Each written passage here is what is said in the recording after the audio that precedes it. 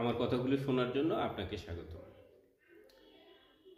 মার্কিন যুক্তরাষ্ট্রের প্রেসিডেন্ট হিসেবে দ্বিতীয় মেয়াদে নির্বাচিত হয়েছেন ডোনাল্ড ট্রাম্প। সব কিছু ঠিকঠাক থাকলে আগামী 20শে জানুয়ারি তিনি পৃথিবীর সবচেয়ে শক্তিশালী দেশ মার্কিন যুক্তরাষ্ট্রের প্রেসিডেন্ট হিসেবে নির্বাচিত হবেন।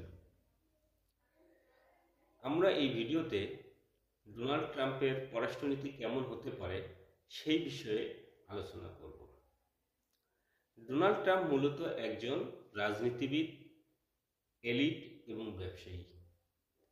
তিনি সারা পৃথিবীতে অপ্রত্যাশিত আচরণের জন্য বিখ্যাত। ডোনাল্ড ট্রাম্প আমেরিকার অন্যান্য রাজনীতিবিদদের মতো নন। তিনি আমেরিকার অন্যান্য যে রাজনীতিবিদ রয়েছে, যে সরকার পরিবর্তন হওয়ার পরেও আমেরিকার যে পররাষ্ট্রনীতি রয়েছে সেই পররাষ্ট্রনীতির পরিবর্তন আমরা খুব বেশি একটা লক্ষ্য করি না। কিন্তু ডোনাল্ড ট্রাম্পের ক্ষেত্রে সে কথা বলা যায় না। ডোনাল্ড ট্রাম্প নিজের চিন্তা ভাবনা এবং খেয়াল খুশি মতো পররাষ্ট্রনীতি পরিচালনা করবেন বলে মনে করা হচ্ছে। আমেরিকার যে নিয়মকানুন এবং বৈদেশিক নীতি রয়েছে, সেই বৈদেশিক নীতির বাইরে বা নিয়মকানুনের বাইরে গিয়েও ডোনাল্ড ট্রাম্প অনেক সিদ্ধান্ত নেবেন বলে ধারণা করা হচ্ছে।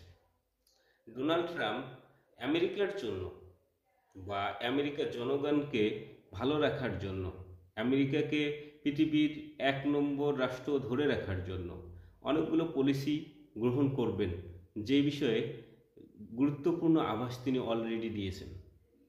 আমেরিকার পররাষ্ট্রনীতিতে বা আমেরিকার সারা বিশ্বব্যাপী যে প্রভাব রয়েছে, সেই প্রভাব থেকে আমরা তার শাসনামলে হয়তো অনেকখানি তাকে সরিয়ে যেতে দেখব।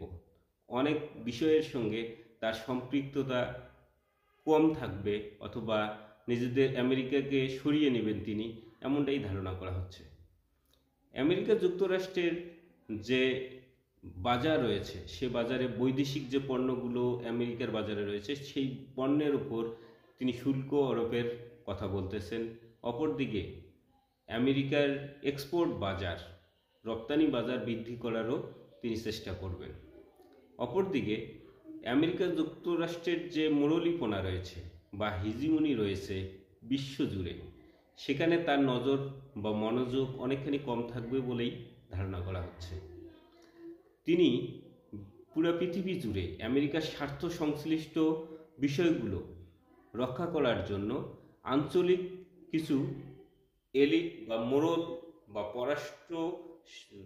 রিজিওনাল পররাষ্ট্র শক্তিকে নিয়োগ করবেন এবং আঞ্চলিক ওই পরাশক্তিগুলোর মাধ্যমেই আমেরিকার যে স্বার্থ সংশ্লিষ্ট বিষয়গুলো রয়েছে, সেই বিষয়গুলো তিনি রক্ষা করে চলবেন বলে মনে করা হয়।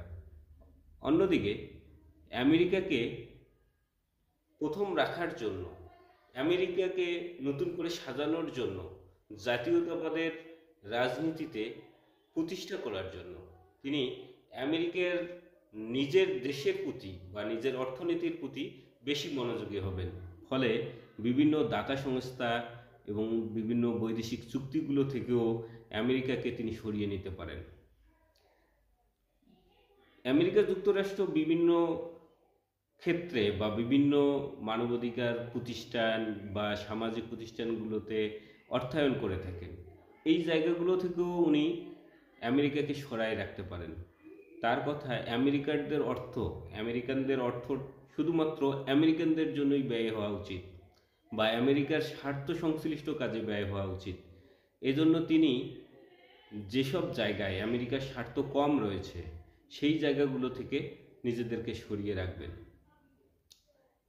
ট্রাম্পের শাসনামলে আমরা আর একটা বিষয় সবচেয়ে দেখব, সেটা হচ্ছে যে আঞ্চলিক পরাশক্তিগুলোর প্রভাব বেড়ে যাবে এবং আমেরিকা অনেক বেশি আঞ্চলিক শক্তিগুলোর উপর নির্ভরশীল হয়ে যাবে, যার কারণে সারা পৃথিবী জুড়ে আমেরিকার প্রভাব অনেকখানি কমবে বলেই ধারণা করা হচ্ছে।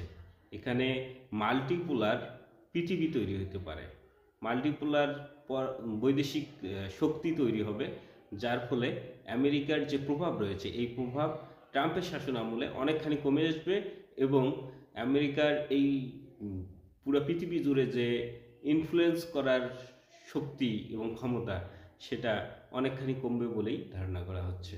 এই ভিডিওটি দেখার জন্য আপনাকে ধন্যবাদ।